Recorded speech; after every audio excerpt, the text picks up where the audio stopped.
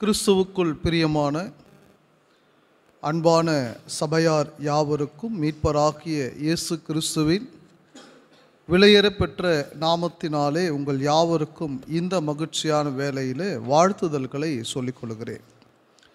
எபேசியர் நிருபத்தை தேவ கிருபையினாலே தயவினாலே நாம் படித்து வருகிறோம். கடந்த வாரத்தில் நாம் படித்த காரியம் என்னன்னா 5 முதல் 8 வசனங்கள் வரை வேலைக்காரர்கள் எப்படி வேலை செய்ய வேண்டும் என்கிற ஒரு பாடத்தை நாம் என்ன செஞ்சோன்னா படித்தோம். வேலைக்காரர்கள் எப்படி அவங்க வேலை செய்யணும். இப்போ நாம் இந்த 6ஆம் அதிகாரத்தில் 9வது வசனத்தை இந்த அருமையான வேளையில் நாம் வாசிக்கும்படியாக கடந்து செல்ல போகிறோம். எபேசியர் நிருபம் 6வது அதிகாரம் 9வது வசனத்தை நாம் வாசிக்கும்படியாக நாம் கடந்து செல்வோம். எஜமான்களே, அப்படியே நீங்களும் வேலைக்காரருக்கு செய்ய வேண்டியவர்களை செய்து, அவர்களுக்கும் உங்களுக்கும் எஜமானானவர் பரலோகத்தில் இருக்கிறார் என்றும் அவரிடத்தில் பட்சபாதம் இல்லை என்றும் அறிந்து கடுஞ்சொல்லை விட்டுவிடுங்கள். சரி, எஜமான்களே அப்படியே நீங்களும் வேலைக்காரருக்கு செய்ய வேண்டியவைகளை செய்து, அவர்களுக்கும் உங்களுக்கும் எஜமானானவர் பரலோகத்தில் இருக்கிறார் என்றும் அவரிடத்தில் பட்சபாதம் இல்லை என்றும் அறிந்து கடுஞ்சொல்லை விட்டுவிடுங்கள் என்ற ஒரு வார்த்தையை நாம் பார்க்கிறோம்.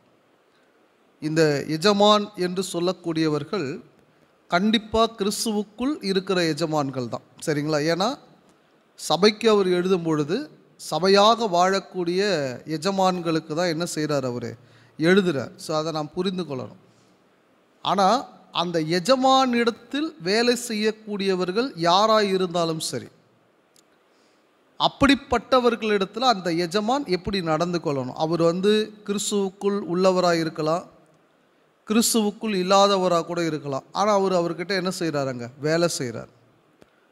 அப்படி ஒரு எஜமானாய் ஒரு கிறிஸ்துவுக்குள்ளானவர் இருக்கும் பொழுது அவர் எப்படி நடந்து கொள்ளணும், அவர் என்ன செய்யணும். ஒரே ஒரு வசனம் தான், ஆனால் ரொம்ப அருமையான வார்த்தைகள் பரிசுத்த ஆவியானவருடைய ஏவுதலினாலே பவுல் அங்கே நமக்கு கற்றுக் கொடுக்கிறார். முதல் வார்த்தை என்ன சொல்கிறார் பாருங்க, வேலைக்காரருக்கு செய்ய வேண்டியவைகளை செய்துன்றார். வேலைக்காரருக்கு செய்ய வேண்டியவைகளை செய்து. இப்போ வேலைக்காரருக்கு என்ன செய்யணும்? பொதுவாக நிறைய வேலைக்காரர்கள் நிறைய எதிர்பார்ப்பாங்க. முதல் அடிப்படையான விஷயம் என்ன, வேலைக்கு தகுந்த கூலி கொடுக்கணும். வேலைக்காரருக்கு செய்ய வேண்டியவைகளை செய்வது ஒரு பக்கம் இருக்குதுன்னா, முதல்ல அந்த வேலைக்காரருக்கு என்ன கொடுக்கணுமா, கூலி கொடுக்கணும். பெரும்பாலான நிறைய எஜமான்களுக்கு ஒரு தவறான ஒரு பழக்கம் இருக்குது. என்னென்னா, வேலை வாங்கணும் ஆனால் சம்பளம் கொடுக்கறதுக்கு அவ்வளோ யோசிப்பாங்க. நீங்கள் கிறிஸ்துவுக்குள்ளான எஜமான்களை தவிர்த்து இன்றைக்கி உலகத்தில் இருக்கிற எஜமான்கள் கூட ரொம்ப தன்னுடைய வேலைக்காரர்கள் இடத்துல அன்பாக நடந்துக்கிறாங்க. நீங்கள் சமீபத்திய நியூஸ்லலாம் நீங்கள் பார்க்கலாம். ஒரு சில நம்ம இந்தியாவில் ஒரு சில மாநிலங்களில் அந்த வேலை செய்யக்கூடியவர்கள் நல்ல வேலை செஞ்சாங்கன்றதுக்காக அந்த ஓனர் என்ன செய்கிறாருன்னா, ஒவ்வொருத்தருக்கும் கார் வாங்கி கொடுத்தார். பல எஜமான்கள், அதாவது அவங்களுக்கு சத்தியம்லாம் கூட தெரியாது, சத்தியம் தெரியாது, தேவனை பற்றி தெரியாது, இந்த சட்டம் தெரியாது, அடிப்படையான சில காரியங்கள் தெரிஞ்சு வச்சுருக்கிறாங்க.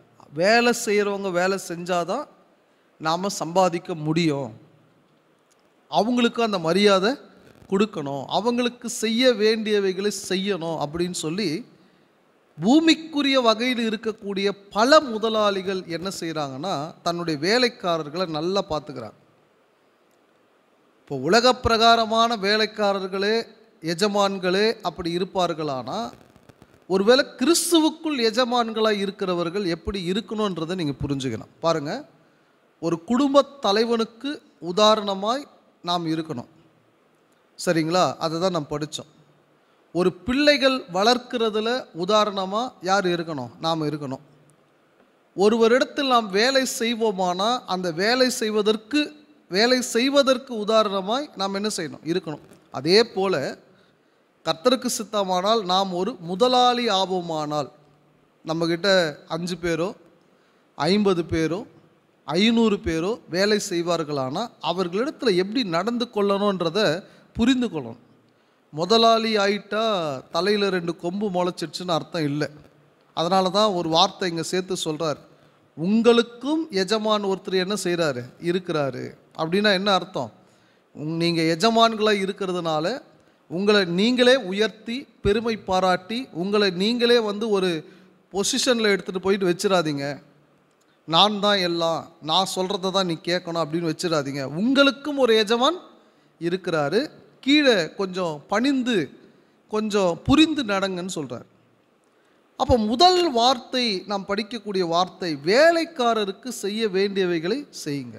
பழைய ஏற்பாட்டின் காலத்தில் வேலை செஞ்சால் கூலி கொடுத்துடணும்னு தெளிவாக சொல்கிறார்.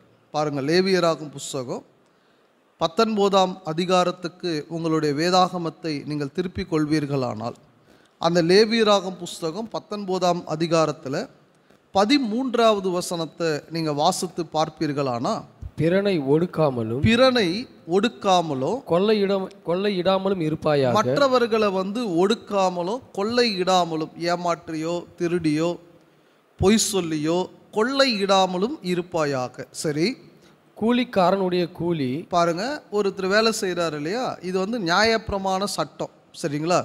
இதை நீங்கள் புதிய ஏற்பாட்டில் கொண்டு வர முடியாது. இருந்தாலும் அங்கே ஒரு விஷயம் சொல்கிறார், அங்கே ஒரு காரியம் சொல்கிறார். கூலிக்காரனுடைய கூலி விடியற் காலம் மட்டும் உன்னிடத்தில் இருக்கலாம், எது வரைக்குமே வச்சுக்க கூடாதான்.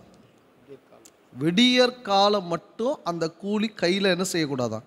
ஒவ்வொரு நாள் காலையிலேருந்து சாயங்காலம் வரைக்கும் வேலை செய்கிறாங்களா, என்ன பண்ணினா அதை கொடுத்துடணுமா. நீங்கள் ஒரு உதாரணம் படிக்கலாம். காலையில் 6 மணிக்கு போய் எஜமான் வேலைக்கு கூப்பிடுவாரா? அப்படி ஒவ்வொரு மணி நேரத்துக்கும் ஒவ்வொருத்தரை கூப்பிடுவார். அத்தனை பேருக்கும் கூலி எப்போ கொடுப்பார்? சாயங்காலத்தில் கொடுத்துருவார். நியாயப்பிரமாண சட்டத்தின்படி ஒருவருடைய கூலியை சாயங்காலமே என்ன பண்ணிடணுமாங்க, கொடுத்துடணும். சரி, ஒருவேளை இன்றைய சூழ்நிலையில் வாரக்கூலி இருக்கிறது, சனிக்கிழமைனா சம்பளம் கொடுப்பாங்க.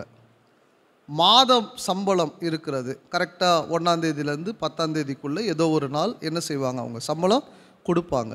இப்படி நிறைய முறைகள் இருக்கிறது.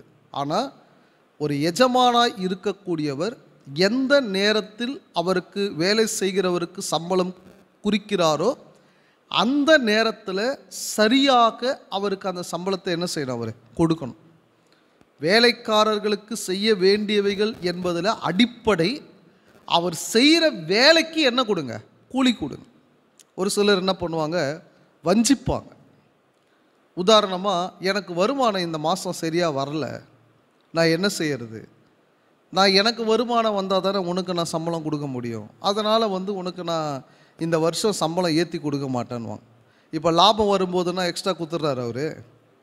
நீங்கள் யோசிப்பார், இப்போ ஒரு வருஷம் பயங்கரமாக லாபம் வருது, 10 மடங்கு லாபம் வருது, இந்தப்போ ஒரு 2 மடங்கு நீ வச்சுக்கணும், கண்டிப்பாக அவர் கொடுக்க மாட்டார். அதே சம்பளத்தை தான் கொடுப்பார். ஆனால் குறைஞ்சி போன உடனே அதை யார்கிட்ட அதை கை வைக்கிறது, வேலை செய்யக்கூடியவர்கள் இடத்துல. இது ஒரு கிறிஸ்தவ எஜமான் செய்யக்கூடாது. ஒரு நியாயமான முறையில் ஒரு வேலைக்காரர்களுக்கு என்ன மாதிரியான காரியத்தை கொடுக்கணுமோ செய்யணுமோ அதை அவர்கள் நிச்சயமாக செய்ய வேண்டும், அதை செய்யணும். இப்போ இது பழைய ஏற்பாட்டில் தான் சொல்லப்பட்டிருக்குது, நீங்கள் நினைக்காதீங்க. 1 தீமோத்தேயு புஸ்தகம் 5ஆம் அதிகாரம் 18வது வசனத்தை நீங்கள் வாசித்து பார்ப்பீர்களானா, 1 தீமோத்தேயு புஸ்தகம் 5ஆம் அதிகாரம் 18வது வசனத்தை நீங்கள் வாசித்து பார்ப்பீர்களானா, போரடிக்கிற மாட்டை வாய்க்கட்டாயாக என்றும் வேலையால் தன் கூலிக்கு பாத்திரனாய் இருக்கிறான் என்றும் வேத வாக்கியம் சொல்லுகிறது. ஆக்சுவலாக இது எதுக்காக சொல்கிறாருன்னா, 17வது வசனத்தில் ரெட்டிப்பான கணத்துக்கு பாத்திரராய் மூப்பரை என்னன்னு சொல்லிட்டு, திருவசனத்திலும் உபதேசத்திலும் பிரயாசப்படுகிறவர்களுக்கு உதவி செய்யணும்னு சொல்லிட்டு தான் சொல்கிறாரு. வேலையால் தன் கூலிக்கு என்னவா இருக்கிறாரு, பாத்திரனாக இருக்கிறார். ஊழியம் செய்கிறவர்கள் கூட அந்த ஊழியத்திற்கான உதவிக்கு பாத்திரமாக இருக்கிறார்கள் என்ற அர்த்தத்தில் சொல்கிறாருங்க. சரி, இது ஊழியம் சம்பந்தமாக இருந்தாலும் நம்ம பாடத்துக்கு சம்பந்தமாக கூட ஒரு வேலை செய்யக்கூடியவர் எதுக்கு பாத்திரனா இருக்கிறாரு? கூலிக்கு பாத்திரம். கண்டிப்பாக அவருக்கான வருமானத்தை என்ன செஞ்சு ஆகணும்? அவர் கொடுத்து ஆகணும். முக்கியமாக ஒரு வார்த்தையை நீங்கள் புரிஞ்சுக்கணும். தேவனுக்கு பயந்து தேவனுடைய சட்டத்தின்படி அந்த கூலியை அவர் என்ன பண்ணனாங்க? கொடுக்கணும். சரி, தொடர்ந்து இப்படிப்பட்ட ஒரு பாடங்களை நாம் வேதாகமத்தில் படிக்கிறோம். அதாவது வேலை செய்கிறவர்களுக்கு ஒரு எஜமான் தகுந்த வகையில் எல்லா காரியங்களிலேயும் அவருக்கான கூலியை என்ன செய்யணும்? அவர் கொடுக்கணும். எல்லாவற்றிலும் எபேசியர் புஸ்தகத்தில் நாம் படிக்கிறபடியாக அவர் அந்த மனுஷனுக்கு செய்ய வேண்டியவைகள் எல்லாவற்றையும் அவர் என்ன பண்ணணுமா? செய்யணும். வேலைக்காரருக்கு செய்ய வேண்டியவைகளை என்ன பண்ணுங்க? செய்து அப்படின்னு ஒரு வார்த்தையை நாம் படிக்கிறோம். அப்போது ஒரு கிறிஸ்துவுக்குள்ளான எஜமான்கள் தன் வேலைக்காரர்களிடத்தில் அன்புள்ளவர்களாய் நடந்து கொள்ள வேணும். ஏன்? அடுத்த வார்த்தை சொல்கிறார் பாருங்க. அவர்களுக்கும் உங்களுக்கும் எஜமானானவர் பரலோகத்தில் இருக்கிறார் என்றும். இதான் புரிஞ்சுக்கணும். 2 பேருக்கும் எஜமான் எங்கே இருக்கிறாங்க? பரலோகத்தில் இருக்கிறாங்க. அப்போ இதில் என்ன புரிஞ்சுக்கிறோம்?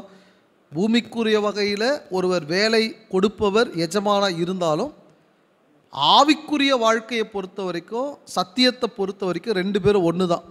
2 பேருக்கும் எஜமான் எங்கே இருக்கிறாரு? பரலோகத்தில் இருக்கிறார். இதுதான் முக்கியமான ஒரு பாடம். கொலோசியர் புஸ்தகம் 4ஆம் அதிகாரம் 1வது வசனத்தை நீங்கள் வாசித்து பார்ப்பீர்களானா, கொலோசியர் புஸ்தகம் 4ஆம் அதிகாரம் 1வது வசனத்தை நீங்கள் வாசிப்பீர்களானா, எஜமான்களே உங்களுக்கும் பரலோகத்தில் எஜமான் இருக்கிறார் என்று அறிந்து. பாருங்க, அங்கேயும் அதே வார்த்தையை தான் சொல்றாரு. அப்போ ஒவ்வொரு எஜமானும் புரிந்து கொள்ளணும், நமக்கு மேலே யார் இருக்கிறார். இப்போ ஒருத்தர் சொல்லுவார், வேலை செய்யக்கூடியவர்கள் ஒழுங்காக வேலை செய்யலை, இவர் ஏமாத்துறாரு அப்படின்னு. இப்போது அதே போல் அந்த எஜமான் அந்த வேலை செய்யக்கூடியவரை ஏமாற்றினால் பரலோகத்தில் இருக்கிற எஜமான் அவர் என்ன பண்ணிட்டு தான் இருக்கிறார்? அங்கே பார்த்து கொண்டு தான் இருக்கிறார். சரி, பரிசுத்த வேதாகமத்தில் நல்ல எஜமான்களாய் வாழ்ந்திருக்கிறார்களா அப்படின்னு நம்ம இப்போ கவனிக்கலாம். உண்மையான எஜமான்கள், தேவனுடைய சத்தியத்தின்படி வாழக்கூடிய எஜமான்கள் நிறைய பேர் வாழ்ந்திருக்கிறாங்க. அதை நம்ம படிக்க போகிறோம்.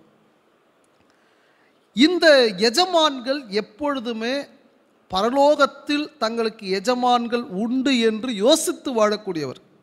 அதனால தான் என்ன சொல்கிறாரு எபேசியர் புஸ்தகம் 6ஆம் அதிகாரம் 9ஆம் வசனத்தில், அவர்களுக்கும் உங்களுக்கும் எஜமானானவர் பரலோகத்தில் இருக்கிறார் என்றோ அவரிடத்தில் என்ன இல்லையா? பட்சபாதம் இல்லை என்றும் அறிந்து கடன் சொல்லை விட்டுவிடுங்கள். குறிப்பாக ஒரு கிறிஸ்துவுக்குள்ளான எஜமான்கள் வேலைக்காரர்களை எப்படி சொல்லக்கூடாதான்? கடும் சொல் பயன்படுத்தக்கூடாது. அவன் இவன், வாடி போடி, இல்லைனா அவருடைய ஃபேமிலி பேக்ரவுண்டை வச்சு திட்டுறது, அவருடைய நிறத்தை வச்சு திட்டுறது, அவருடைய பொருளாதாரத்தை வச்சு திட்டுறது, சொல்லப்போனால் ரொம்ப அநாகரிகமான வார்த்தைகளை வைத்து ஒரு வேலைக்காரரை திட்டுவது சத்தியத்தின்படி இது தவறு. இதே வார்த்தை தான் கொலோசியர் 4:1 சொல்கிறார் இல்லையா? பாருங்கள், அதில் நம்ம பாதி தான் படித்தோம் முதல்ல, அந்த மீதி பாதியை கூட நீங்கள் படிங்க.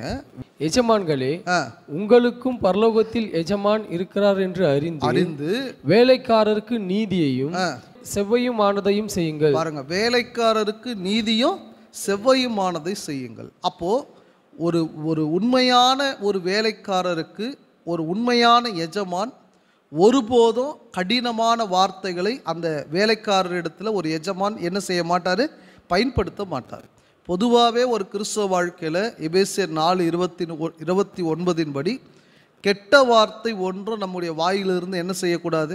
புறப்படக்கூடாது. அதை நம்ம பொதுவாகவே நாம் படிக்கிறோம். கெட்ட வார்த்தை ஒன்று வாயிலிருந்து புறப்படக்கூடாது. இப்போது குறிப்பாக ஏன் எஜமான்களாக இருக்கிறவர்கள் கடும் சொல்லக்கூடாது அப்படின்னு சொல்கிறாங்கன்னா, ஏன்னா நாம் எஜமானாக இருக்கிறதுனால பல நேரத்தில் நீங்கள் நம்மக்கிட்ட ஒரு 100 பேரோ இல்லை ஒரு 50 பேரோ ஒரு 5 பேரோ வேலை செய்கிறாங்கன்னா, பார் இத்தனை பேர் எனக்கு கீழே இருக்கிறாங்க பார் அப்படின்னு மனம் மேட்டிமையாக்கி அதனால் வார்த்தைகள் தடிக்காதபடிக்கு இந்த எச்சரிப்பை சொல்கிறார்.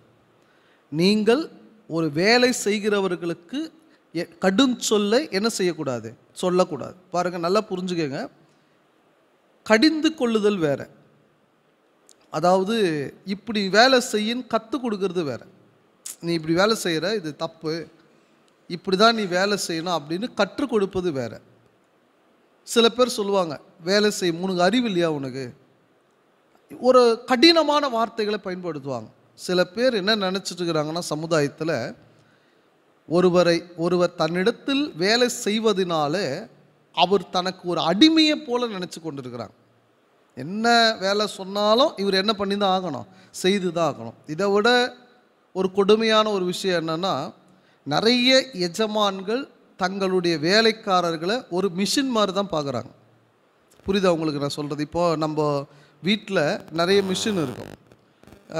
உதாரணமாக ஃப்ரிட்ஜு இருக்குது, வாஷிங் மிஷின் இருக்குது, அதுக்கப்புறம் டிவி இருக்குது, இந்த மாதிரிலாம் மிஷின்ஸ் இருக்குது இல்லையா, மிக்ஸி இருக்குது, கிரைண்டர் இருக்குது. இதெல்லாம் ரிப்பேர் ஆச்சுன்னா என்ன பண்ணுவோம் நாம்? ஒருவேளை ஒரு முறை சர்வீஸ் பண்ணுவோம், தொடர்ந்து ரிப்பேர் ஆகிட்டே இருக்குன்னு வச்சுக்கோங்க, என்ன பண்ணுவோம்? நாம் தூக்கி போட்டு வேறு வாங்குவோம். யாராவது ஒருத்தர் அவங்க வீட்டில் இருக்கிற ஃப்ரிட்ஜு ரிப்பேர் ஆகிடுச்சுன்னா அழுது இருக்கிறாங்களா? யாராவது ஒருத்தர் அவங்க வீட்டில் இருக்கிற வாஷிங் மிஷின் வந்து ரிப்பேர் ஆகிடுச்சுன்னா அழுதோ வருத்தப்பட்டு இருப்பாங்களா? பரமாட்டேன். ஏன்? அது ஒரு மிஷின், தூக்கி போட்டு வேறு ஒன்று வாங்கி வச்சுப்பாங்க. நிறைய எஜமான்கள் வேலைக்காரர்களை ஒரு மிஷினாக தான் பார்க்குறாங்க. எப்படின்னா, செய்கிற வரைக்கும் செய்யட்டும், அப்புறம் கிளம்பி போயிட்டே இருக்கட்டும். அவங்களுக்கு ஒரு பிரச்சனை, அவங்களுக்கு ஒரு கஷ்டம், ஒரு வியாதி, காது கொடுத்து கேட்க மாட்டாங்க. இப்போது வேலை செய்கிறவருக்கு ஒரு உடம்பு சரியில்லைன்னு வச்சுக்கோங்க, சார் இந்த மாதிரி உடம்பு சரியில்லை, சரி எப்போ வர வேலைக்குன்னு வர, உடம்பு சரியில்லை அப்படின்னு ஒருத்தர் ஒரு வேலைக்காரர் சொல்கிறாருன்னா இன்னும் கேட்கணும் நியாயமாக, என்ன ஆச்சுப்பா, ஏன் என்ன ஆச்சு, எப்போத்துலேருந்து உடம்பு சரியில்லை, ஹாஸ்பிட்டல் போனையா இல்லையா, ஹாஸ்பிட்டல் போகிறதுக்கு காசு இருக்குதா இல்லையா? ஒரு கிறிஸ்துவுக்குள்ளான எஜமான் அப்படி தான் கேட்கணும் நியாயமாக, என்ன ஆச்சு.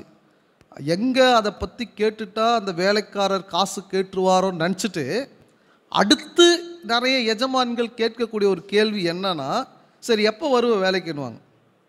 இதுக்கு அடுத்தபடியாக சில ஓனர்ஸ் இருக்கிறாங்க, என்ன சொல்லுவாங்கன்னா, சரி அந்த வேலையை மட்டும் முடிச்சுட்டு போயிடுவாங்க. இன்னும் சில முதலாளிகள் இருக்கிறாங்க, ஒரு மாத்திரை போட்டுக்கோ சரியாயிடுவாங்க. அவங்களுக்கு அவங்க வேலை மட்டும்தான் முக்கியம், மனுஷனாக பார்க்கறது இல்லை. ஆனால் பைபிளில் ஒரு அருமையான ஒரு எஜமான் இருந்தார். மத்தேயு எழுதின சுவிசேஷம் 8ஆம் அதிகாரத்துக்கு உங்கள் வேதாகமத்தை நீங்கள் திருப்பிக் கொள்வீர்களானா, மத்தேயு எழுதின சுவிசேஷம் 8ஆம் அதிகாரத்துக்கு உங்கள் வேதாகமத்தை நீங்கள் திருப்பிக் கொள்வீர்களானா, அருமையான ஒரு மனுஷன் பாருங்கள். 8ஆம் அதிகாரத்தில் 5வது வசனத்திலிருந்து வாசிங்க. இயேசு கப்பர்நகூமில் பிரவேசித்த போது, கப்பர்நகூமில் அவர் பிரவேசித்த போது 100க்கு அதிபதி ஒருவன் அவரிடத்தில் வந்து, 100க்கு அதிபதி, சென்சூரியன் அப்படின்னு சொல்லுவாங்க ரோம அரசாங்கத்தில், ஒரு கணம் பொருந்திய வேலை செய்தவர். 100 பேருக்கு அவர் கீழே இருக்கிறாங்க. நல்லா புரிஞ்சுக்கங்க, 100 பேர் அவர் கீழே இருக்கிறாங்க.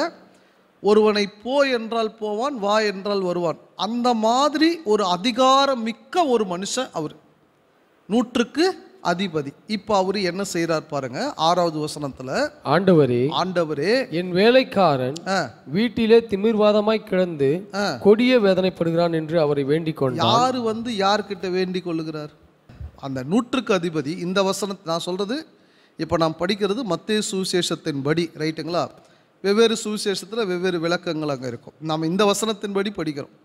100க்கு அதிபதி ஆண்டவராகிய இயேசு கிறிஸ்துவின் இடத்துல என்ன கேட்குறார்? என் வேலைக்காரன் வீட்டிலே திமிர்வாதமாய் கிடந்து கொடிய வேதனைப்படுகிறார். என்னென்ன புரிஞ்சுக்கிறது இல்லை, நாம் படுத்த படுக்கை ஆகிட்டாருங்க வேலைக்காரர். இப்போ நான் என்ன சொன்னேன் ஆரம்பத்தில், ஒரு மிஷின் ரிப்பேர் ஆகிடுச்சுன்னா என்ன பண்ணுவோம், நாம் டெட் ஆகிடுச்சுன்னா என்ன பண்ணுவோம், செல்ஃபோனே போயிடுச்சு என்ன பண்ணுவோம், தூக்கி போட்டு ஐயோ என்கிட்ட இருந்த நோக்கியா போயிட்டியே அப்படின்னு யாராவது அழுது யோசிப்போமா? அது ஒரு மிஷின். வருத்தமாக இருக்கும். என்ன வருத்தம் நமக்கு இருக்கும் சொல்லுங்க பார்க்கலாம்? காசு எக்ஸ்ட்ரா செலவாயிடுச்சு, நமக்கு பழைய மொபைல் போயிட்டு புது மொபைல் வருது, இல்லை அந்த மிஷின் ரிப்பேர் ஆகிட்டு எக்ஸ்ட்ரா காசு தான் நமக்கு பிரச்சனைங்க. மிஷின் நமக்கு பிரச்சனையே கிடையாது. தூக்கி போட்டுட்டு இப்போ யாராவது ஒருத்தர் ஃப்ரீயாக கொடுக்குறாங்கன்னு வச்சுக்கோங்க, நான் உங்களுக்கு ஃப்ரீயாக ஒரு வாஷிங் மிஷின் கொடுக்குறேன்னா அதை தூக்கி போடுறதை பற்றி ஒரு செகண்ட் கூட என்ன செய்ய மாட்டோம், வருத்தப்படவே மாட்டோம். அப்படியே தூக்கி போட்டுட்டு, சொல்லப்போனால் நல்லா ஓடுற மிஷினாக இருந்தால் கூட புதுசாக ஒன்று வருதுன்னா வேறு யாருன்னா எடுத்துன்னு போயிடுங்கன்னு சொல்லிட்டு நம்ம அதை வாங்கி வச்சுப்போம், ஃப்ரீயாக வரதா இருந்தால். நிறைய எஜமான்கள் தங்கள் வேலைக்காரரை அப்படி தான் பார்க்குறாங்க. திமிர்வாதமாய் கிடக்கிறார் அப்படின்னா, ஒருவேளை இன்றைக்கி இருக்கக்கூடிய நிறைய எஜமான்கள் என்ன யோசிப்பாங்க, அப்படியா சரி அவர் எப்போ நல்லாவதோ அப்போ வரட்டுன்றாங்க. அவரை போய் பார்த்தீங்களா, அவருக்கு உடம்பு எப்படி இருக்குதுன்னு கேட்டிங்களா, ஏதாவது பொருளாதார ரீதியாக ஏங்க அவர் வேலை செஞ்சார், சம்பளம் கொடுத்தா முடிஞ்சு போச்சு, அவருக்கு எனக்கு என்ன சம்மந்தங்குது? நீங்கள் யோசிச்சு பாருங்க. இந்த நூற்றுக்கு அதிபதி சொல்லப்போனால் இவன் கிறிஸ்தவன் கூட கிடையாது இல்லையா? இவன் கிறிஸ்தவன் கூட கிடையாது. அந்த அன்பு இருக்கணும். நீங்கள் வேலை செய்கிறீங்க, வேலை வாங்குறீங்க, சம்பளம் கொடுக்குறீங்க, சம்பளம் வாங்குறீங்க, இதெல்லாம் தாண்டி ஆண்டவராகிய இயேசு கிறிஸ்துவுக்குள் இருக்கிறவர்கள் சக கிறிஸ்தவர்களை மாத்திரமல்ல அந்நியர்களையும் உபசரிக்க நாடுகள்னா என்ன அர்த்தம்? அந்த அன்பை பார்த்து தானே அவங்க கிறிஸ்துவை புரிந்து கொள்வார்கள். உலக மக்கள் கூட பரவாயில்லைங்க, இவங்க கிறிஸ்தவர்களாக இருந்து நம்மக்கிட்ட ரொம்ப அன்பாக என்ன செய்கிறாங்க, நடந்துக்கிறாங்க, எவ்வளோ அன்பாக இருக்கிறாங்க, விசாரிக்கிறாங்க, எப்படி இருக்கிறீங்கன்னு விசாரிக்கிறாங்க. அதெல்லாம் இல்லைங்க, அவர் வந்தால் சம்பளம், இல்லைன்னா போக சொல்லுங்க அவரை அப்படின்னா, ஒரு அடிப்படை அன்பு இல்லாதவர்களாக தானே நம்ம இருக்கிறோம். இந்த மனுஷன் பாருங்க, திமிர்வாதமாய் கிடந்தா என்ன அப்படி தூக்கி போட்டு அடுத்த ஒரு ஆளை போய் சேருங்கன்னு சொல்லலை. அவர் ஆண்டவர்கிட்ட ரெக்வெஸ்ட் பண்ணுறார், என்னன்னு, என்னுடைய வேலைக்காரன் திமிர்வாதமாய், இன்னொரு வார்த்தை நீங்கள் கவனிச்சிங்களா, திமிர்வாதமாய் கிடந்து கொடிய வேதனைப்படுகிறான். என்ன புரிஞ்சுக்கிறார் அதுலேருந்து? அந்த வேலைக்காரனுடைய வேதனையை உணர்ந்தார்.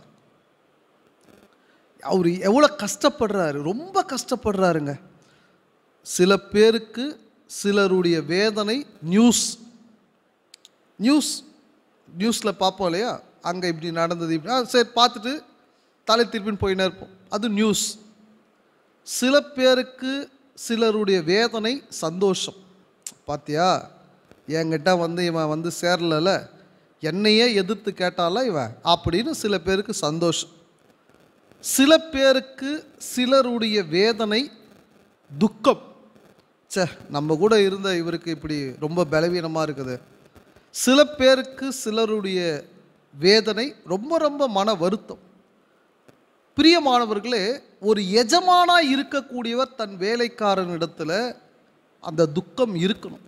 அவரை ஜஸ்ட் ஒரு சம்பளம் வாங்குகிற ஒரு வேலைக்காரனாக பார்க்காம, அவர் ஒரு மனுஷன், அவருக்கு ஆத்மா இருக்குதா இல்லையா? ஃப்ரிட்ஜுக்கும் வாஷிங் மிஷினுக்கும் என்ன கிடையாது, ஆத்மா கிடையாது. யாருக்கு ஆத்மா இருக்குது அதை யோசிக்கணும் நாம். அவரும் தேவ சாயலில் உருவாக்கப்பட்டவரா இல்லையா? அவர் கிறிஸ்துவுக்குள் இல்லை, ரைட்டு, கிறிஸ்துவுக்குள் இல்லாத ஒரு பர்சனே வச்சுக்கோங்க, ஆனால் அவர் தேவ சாயல் உள்ளவராக இருக்கிறாரா இல்லையா? இருக்கிறாரு. அப்போ கிறிஸ்துவுக்குள் இருக்கிறவர் அதை விட மேன்மையாக இருக்கிறாரு. யோசிக்கணும் நாம். நிச்சயமாக இந்த வேலைக்காரன் பாருங்க, அவர் ரொம்ப அருமையாக வேண்டிக் கொள்கிறார். அப்போது ஆண்டவர் சொல்கிறாரு, சரி நான் வரேன், சொஸ்தமாக்குறேன்றார். உடனே அவர் என்ன சொல்கிறார் பாருங்க, அந்த வார்த்தையை நூற்றுக்கு அதிபதி பிரதித்திரமாக சொல்கிறார், ஆண்டவரே நீர் என் வீட்டுக்குள் பிரவேசிக்க நான் யாரும் இல்லை, பாத்திரன் இல்லை. அப்படி சொன்ன உடனே 10வது வசனத்தில் ஆண்டவராக இயேசு கிறிஸ்துவானவர் அந்த எஜமானை குறித்து சொல்றார் பாருங்க. இயேசுவானவர் இதை கேட்டு ஆச்சரியப்பட்டு தமக்கு பின் செல்லுகிறவர்களை நோக்கி, இஸ்ரவேலுக்குள்ளும் நான் இப்படிப்பட்ட விசுவாசத்தை காணவில்லை என்று. அந்த நூற்றுக்கு அதிபதி சொல்றாரு, ஒரு வார்த்தை மாத்திரம் சொல்லும், அப்பொழுது என் வேலைக்காரன் என்ன செய்வான், சொஸ்தமாவான். 8வது வசனத்தில் சொல்றார். அப்போது இயேசு கிறிஸ்துவானவர் அந்த எஜமானை குறித்து சந்தோஷப்பட்டார். சொன்னார், இது போல விசுவாசத்தை இஸ்ரவேலர்களுக்குள்ள நான் என்ன செய்யல, பார்க்கல.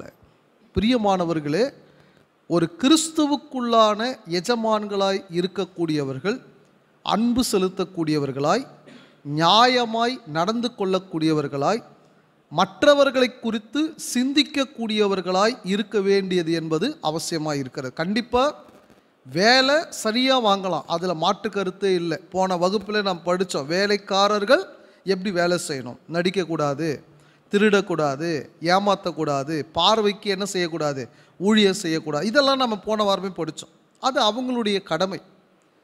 அதே போல் ஒரு எஜமானுடைய கடமை என்னன்னா, அவரை ஒரு சக மனுஷராக பார்க்கணும்.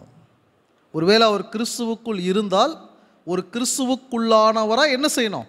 பார்க்கணும். பாருங்க, பிலமோன் அவர் ஒனேசிமுக்கான பூமிக்குரிய ஒரு எஜமானாக இருந்தவர். நீங்கள் பிலமோன் புஸ்தகத்துக்கு உங்கள் வேதாகமத்தை திருப்பிக் கொள்வீர்களானா, அங்கே பவுல் ஒரு பூமிக்குரிய எஜமானாக இருந்த பிலமோனுக்கு சொல்லக்கூடிய ஒரு சில ஆலோசனைகளை நாம் பார்க்கலாம். பாருங்கள், பிலமோன் புஸ்தகத்துக்கு உங்கள் வேதாகமத்தை திருப்பிக் கொள்ளுங்கள். பக்கம் 297 புதிய ஏற்பாட்டில் எடுத்துக்கொண்டு 10வது வசனத்தில் இருந்து நீங்கள் வாசிப்பீர்களானா, என்னவென்றால் கட்டப்பட்டிருக்கையில் நான் பெற்ற என் மகனாகிய ஒனேசிமுக்காக உம்மை மன்றாடுகிறேன். அவர் பெற்ற மகன்னா பூமிக்குரிய வகையில் இல்லை, சுவிசேஷத்தினாலே. ரைட்டுங்களா? வசனம் சொல்லி அவர் கிறிஸ்துவுக்குள்ளே கொண்டு வந்திருக்கிறார் பவுல். அதனால தான் நான் பெற்ற மகன் அப்படின்னு சொல்கிறார். ஒனேசிமு 11. முன்னே அவன் உமக்கு பிரயோஜனம் இல்லாதவன். முன்னே அவன் உமக்கு பிரயோஜனம் இல்லாதவன். என்ன, ஒரு வேலை சரியாக வேலை செய்யாமல் இருந்திருப்பார். இப்பொழுதோ உமக்கும் எனக்கும் பிரயோஜனம் உள்ளவன். எப்படி? ஏன்னா ஊழியத்துக்கு வந்துட்டார்.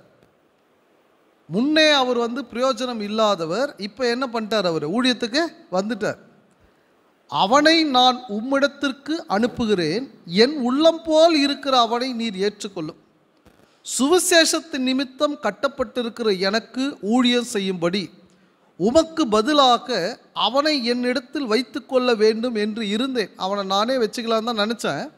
ஆனாலும் நீர் செய்யும் நன்மை கட்டாயத்தினால் அல்ல, மனப்பூர்வமாய் செய்யத்தக்கதாக நான் உம்முடைய சம்மதி இல்லாமல் ஒன்றும் செய்ய எனக்கு என்ன இல்லை.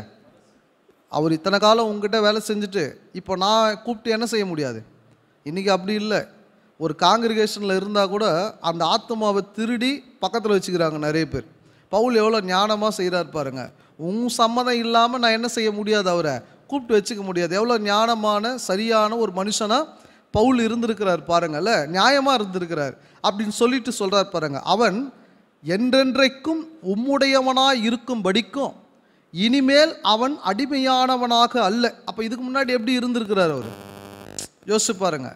அவன் அடிமையானவனாய் அல்ல, அடிமையானவனுக்கு மேலானவனாகவும் பிரியமுள்ள சகோதரனாயும் இருக்கும்படிக்கு கொஞ்ச காலம் உம்மை விட்டு பிரிந்து போனாக்கும். ஏதோ ஒரு பிரச்சனையில் பிரிஞ்சு போயிட்டாரு. ஆனால் இப்போ கிறிஸ்துவுக்குள்ளான ஒரு சகோதரனாக என்ன பண்ணியிருக்கிறார்? அவர் வந்திருக்கிறார் பாருங்க. தொடர்ந்து சொல்கிறாரு, எனக்கு அவன் பிரியமான சகோதரன் ஆனால் உமக்கு சரீரத்தின்படியேயும் கர்த்தருக்குள்ளோ எவ்வளவு பிரியமுள்ளவனாய் இருக்க வேண்டும்.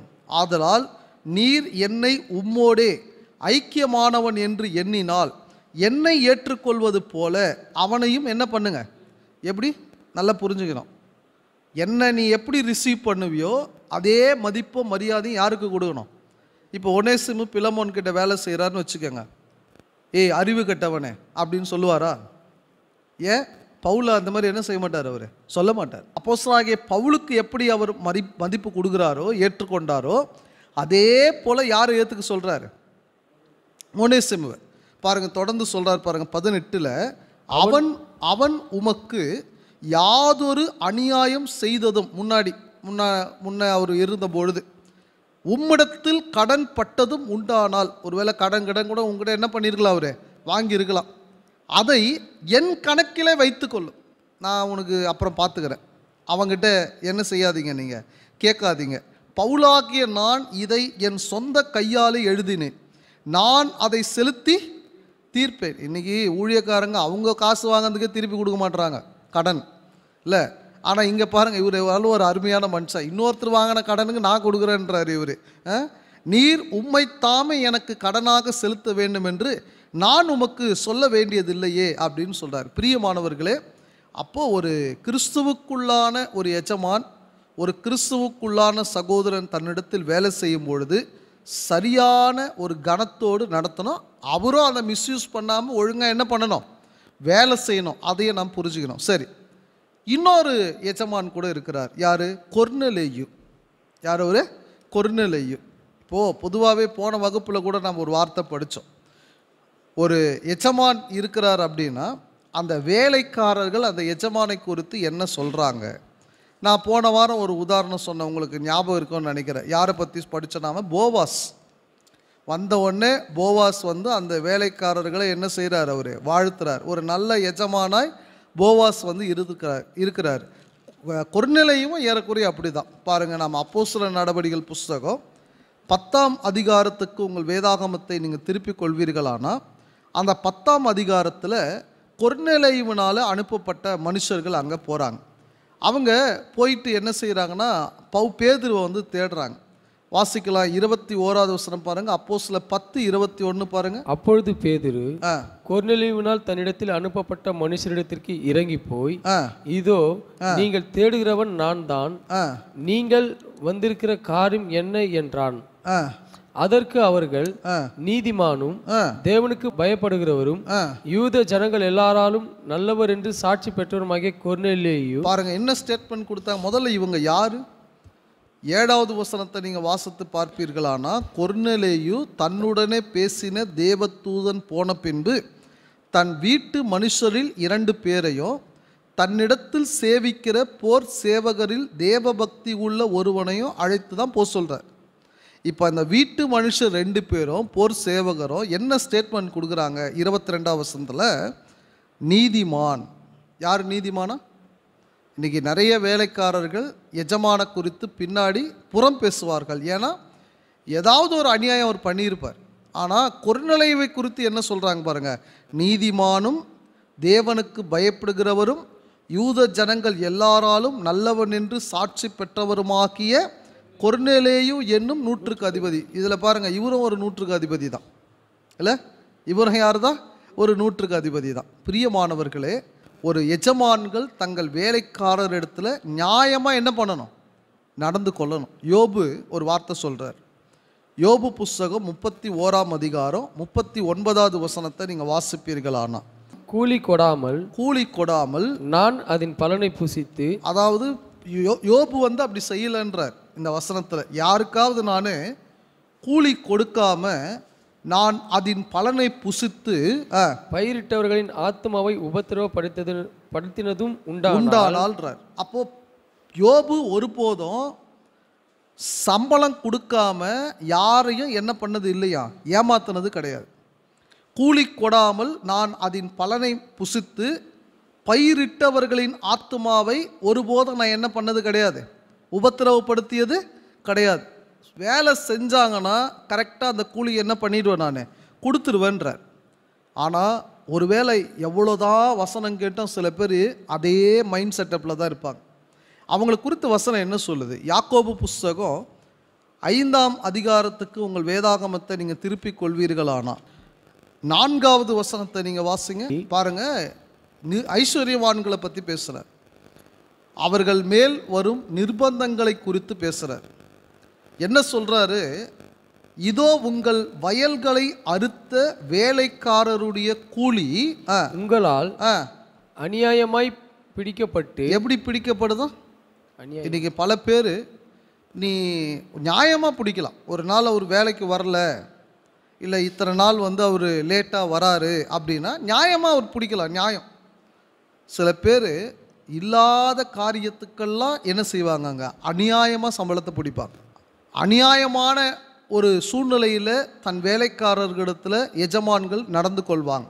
பாருங்க, ரொம்ப அருமையாக சொல்கிறாரு இங்கே. அவர்களுடைய கூலி உங்களால் அநியாயமாய் பிடிக்கப்பட்டு என்ன செய்தான்? கூக்குரல் இடுகிறதாம். ஒரு எஜமான் தன் வேலைக்காரர்களை ஏமாற்றுவாரானா, ஒழுங்காக சம்பளம் கொடுக்கலன்னா அந்த கூலி என்ன செய்யும்? கூப்பிடுமா. அவர் 1000 காரணம் சொல்லலாம். எனக்கு வந்து நஷ்டமாயிடுச்சு, எனக்கே இப்படி ஆயிடுச்சு, அப்படி ஆயிடுச்சு. பிரியமானவர்களே, அவருக்கு நிறைய காரியம் இருக்கும். இந்த பிஸ்னஸ் இல்லைன்னா இன்னொரு பிஸ்னஸ் இருக்கும் இல்லையா? அவர் இன்னும் புதிய ஒரு பிஸ்னஸ் ஆரம்பிக்கிறதுக்கான பொருளாதாரம் கூட இருக்கும். ஆனால் அந்த வேலைக்காரனுக்கு அந்த மாதம் சம்பளம் மட்டும்தான் இருக்குது.